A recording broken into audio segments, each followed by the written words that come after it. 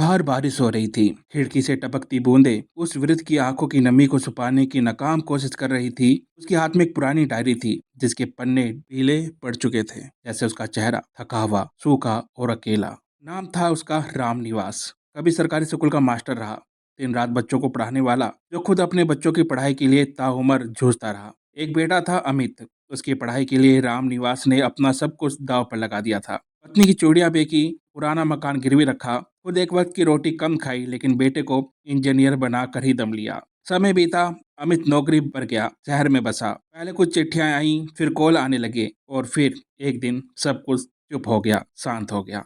राम निवास अब अकेला था, गांव के उस पुराने घर में जिसकी दीवारें अब दरकने लगी थी। पास पड़ोस वाले पूछते, बाबूजी बेटा शहर में से आता नहीं? वो मुस्कुरा कर कहते, बेटा बहुत बिजी है, बड़ा अफसर है अब। पर भीतर से एक सन्नाटा रिश्ता था, जैसे किसी टूटे हुए वादे की गूंज हो।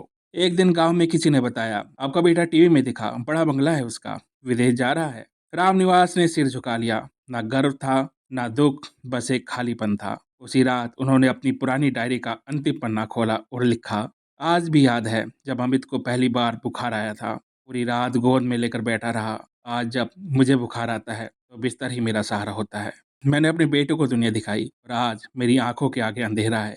उसके बिना पिता का होना शायद दीवार की कील जैसा होता है। जरूरत हो तो याद आता है, नहीं तो बस टंगी रहती है किसी तस्वीर को थामे हुए। और फिर उन्होंने कलम रख दी।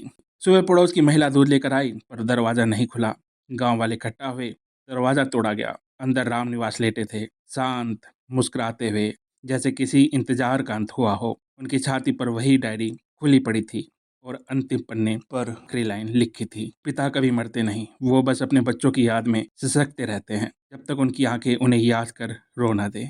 और उसी शाम गांव की सबसे पुरानी मिट्टी ने एक पिता को अपने भीतर सुला लिया। एक ऐसा पिता जिसने सब कुछ दिया और बदले में सिर्फ इंतजार पाया।